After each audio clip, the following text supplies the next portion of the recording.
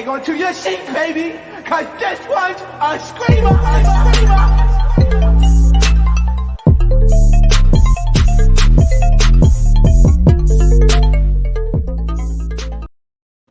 What is going on, YouTube? So today I'm going to be doing my recap for Basketball Wives Season 10, Episode 2. Before I get started, make sure you guys hit that like button. That's y'all know what to do. So we start off where we left off with the friendship that turned sour grapes, right, with Malaysia and Brandi. Here's my whole thing with the argument. I see where Brandi coming from, and I see where Malaysia coming from, but I'm leaning more towards a little bit Brandi, because the reason why I feel like, I don't know what it's about Malaysia, but she comes across as like very childish. I'm gonna talk because I'm childish as fuck, but it's like she just comes across that way, like those type of high school girls type stuff, to where like, if you don't like her, if I don't like her, you don't like her either, even though that girl you don't like never did nothing to you. You get what I'm saying? Like that type of vibe. That's what I get from Malaysia. So I get the fact though that she is depressed, and Brandi didn't really know that at the time because they haven't been in contact. But at the end of the day, her dad did die, and you didn't check up on her or reach out or anything like that. Supposedly she didn't know, but like I told you guys, I think Malaysia, the cap is on her head. I think she was capping. Like I just don't believe it. And then Jackie, your instigating ass gonna tell Brandi, Malaysia said that we're all good. So Malaysia stopped. Mind you, she's talking to Brandi, and they're like arguing a little bit. Malaysia's just like, so Jackie, did you tell Brandi we were good? Because we're not good. Obviously, we're not good here. Okay, we're not good. We're not good here. Jackie. Jackie's like, well, I don't know. You need to ask the producers who told me to tell her. I told her that. She's drinking, doing what Jackie do. So the conversation really doesn't end off with the resolution. They both walk off, so they go their separate ways. And then Jennifer asks her, she's just like, but that's your girl though. You don't miss her? Malaysia's like, no. You don't miss her? No. I mean, that was your girl though, from the LA side, South side. You don't miss her? No. So Malaysia's adamant on not missing Brandi, which I think is cap. I think Malaysia does a great job though of hiding her emotions. So I think deep down she does miss her and wants to be like her best friend again, but she doesn't want to show it because she still has to show off this bad bitch bougie persona. Plus with everything that she's going through too. That's what I think, right?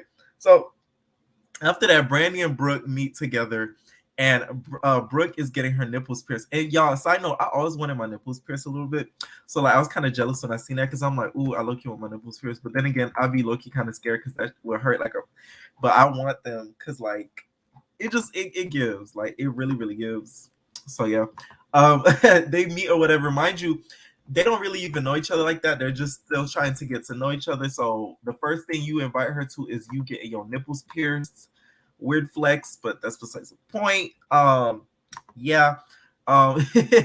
She was just like, I don't know why she's getting her nipples pierced or whatever. And Brooke, she has been living in LA, I think, for too long, because she talks like the most Valley girl, LA girl that we've ever seen on TV. She's like, so I'm inviting Brandi to see my nipples get pierced, and I think she's gonna like me because she's gonna see me in my most vulnerable, because my titties are gonna get really, sore.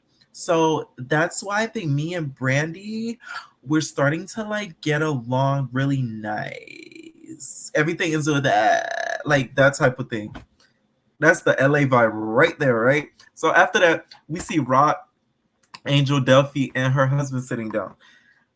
We get introduced back to Rock. The last time we see Rock, okay, Mr. Rock, he was at the reunion, and then Riverwood, Michelle said, "You keep talking about a woman, you need a peach like you was a fucking housewife." When she said that against Rock, I don't think he was ever able to relive back that moment, because she literally told you needed a peach like he was a housewife, girl. Like he was gonna do the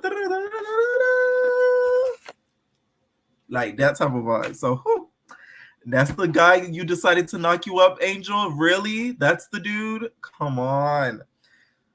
But they're basically talking to catching up. They're asking her, how's her relationship doing? Because Angel's pregnant, and then she's just like, we're doing, we're doing good, I guess. And like she's eating, and then Duffy's just like doing good. Duffy always does the rolling of the eyes. Duffy does like that. What? Like she always has that. You talking about, Willis type face? So she was just like, "What's going on between you guys and stuff?" So she starts explaining how Rock kind of sometimes snaps for no reasons and like yells at her and stuff. And he gives me that type of vibe because I think, I'm just saying, allegedly, I think Rock is one of the girls. But that's just my opinion. I think he's one of the girls, but that's just my opinion. But I think he's still conflicting that within himself. That's why I'm so surprised that Angel let him get her knocked up, girl. Big mistake, but that's besides the point. So Duffy's like, "Are you like, what sign are you, Scorpio?" He's like, "Yeah, I never got along with Scorpio, so it's like it makes sense that he's a Scorpio. Like it all clicks." So Brooke gets all the girls together for like a spa, and they get like their nails and like hair done and stuff. Brooke comes in with this. She had her waist trainer bop boop bop beep beep beep beep beep.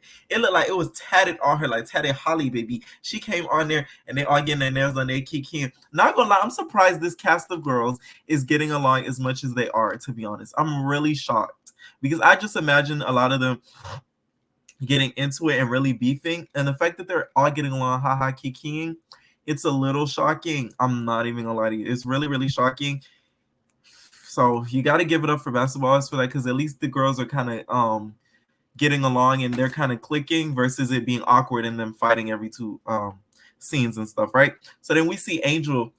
Angel, I told y'all, Angela is a boss. She's dressed all these celebrities. She was named all the celebrities. She dressed Doja Cat, Megan Thee Stallion, like all these big name celebrities. That's why I'm like, girl, you let Rock get you pregnant out of everybody.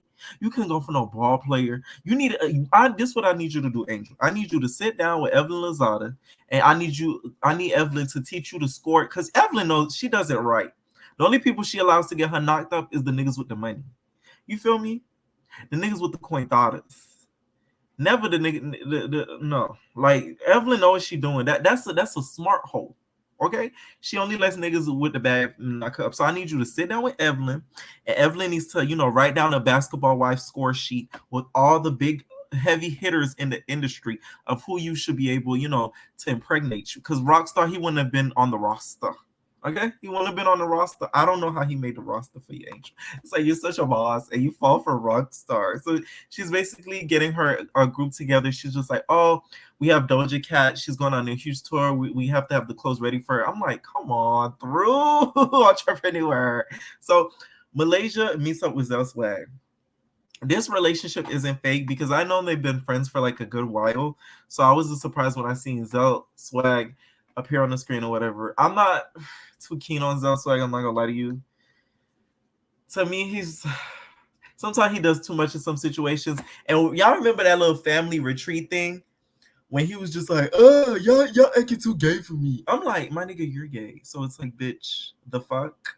I hate niggas like that. Like, like my nigga, like I'm confused. That's like, it's like when a black guy get with a white girl, they'd be like, "Oh my god, you're so ghetto and hood." Like, my nigga, you're black still. Like, doesn't matter. You're still black, right?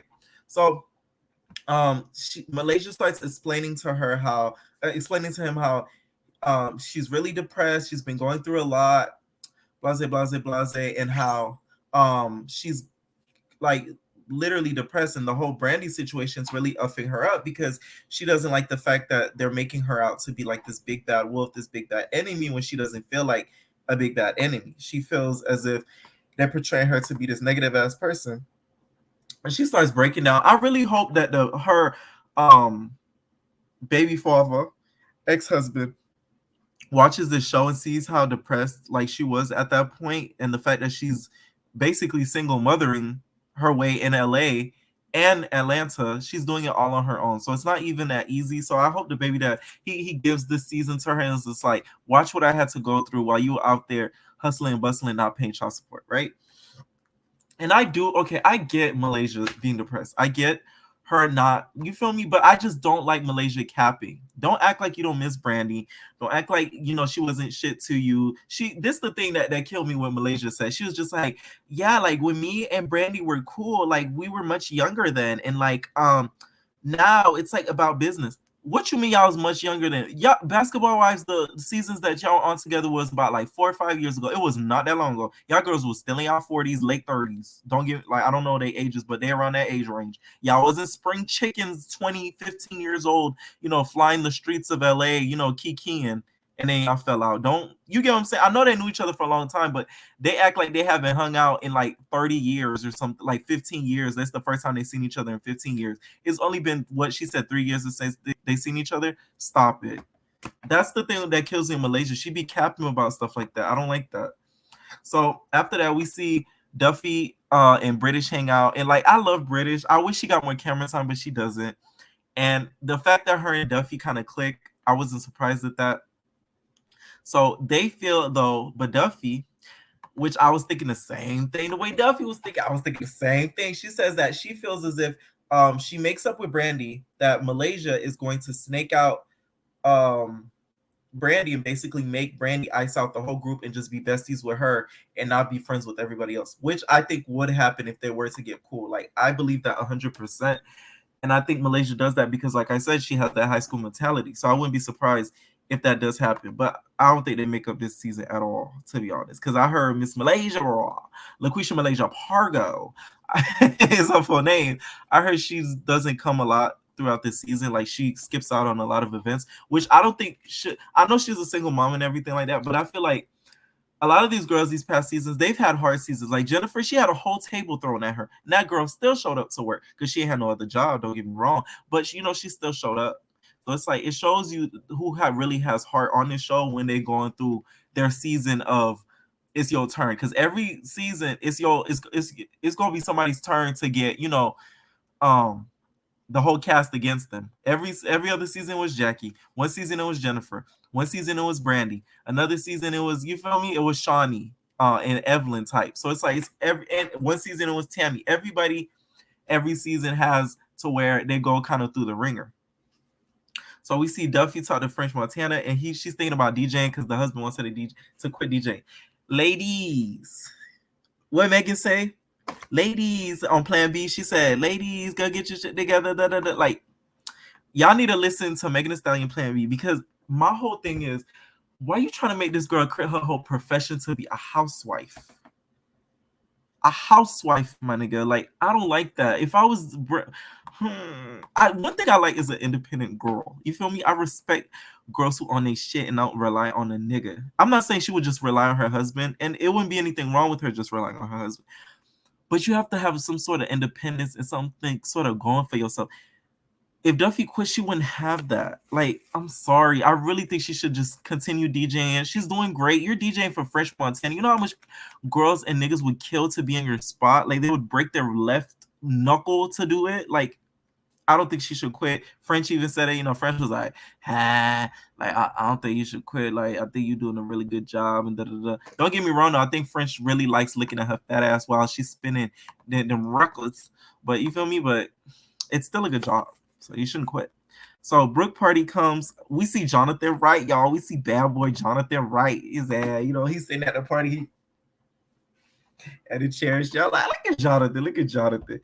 So everybody's there, whatever, except for Malaysia, LaQuisha Malaysia Pargo.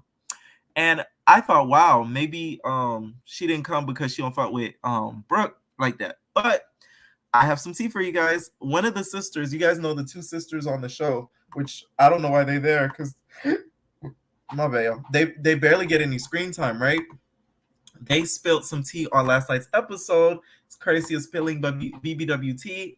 She said this. One of the sisters said this last night. And there was a whole back and forth because they kept questioning us where Malaysia's whereabout was. And we told them that she's not coming. Like, she got other issues that she got going on that she's handling. They obviously didn't believe that. So they called us some angels. So the next scene that you saw previously before when they had on Angel Wings, we had decided to bring Angel Energy. My shirt said Angel Energy on it. You will see that we brought the Angel Energy in that moment. And that's the reason why Brandy and Malaysia actually had a conversation. The previous clip, Nia had on. Why are you looking for Malaysia? Why are you expecting Malaysia when you already knew she wasn't gonna come? Oh, see, now we get the information on what's happening. So y'all trying to produce this season and trick the girls. We know what's going on now because you know the girls talk. This season though, I don't get why the sisters came back because they weren't really needed, in my opinion. But the fact that they're telling us information like this is good information to know. So Brooke, your Valley girl asked, why you expected Malaysia to come when you know damn well she wasn't coming because she was in Atlanta with her kids apparently. Because we see Jackie FaceTime Malaysia, and I'm not gonna lie. I'm not trying to be evil. I feel like Jackie she's getting a little kick out of Malaysia being on the outs with the group and going through a hard time because I feel like Jackie's like, haha, I had my year and now it's your turn, bitch. Like, you know what I'm saying? Because it's really Malaysia's first time that she's kind of going through the ringer.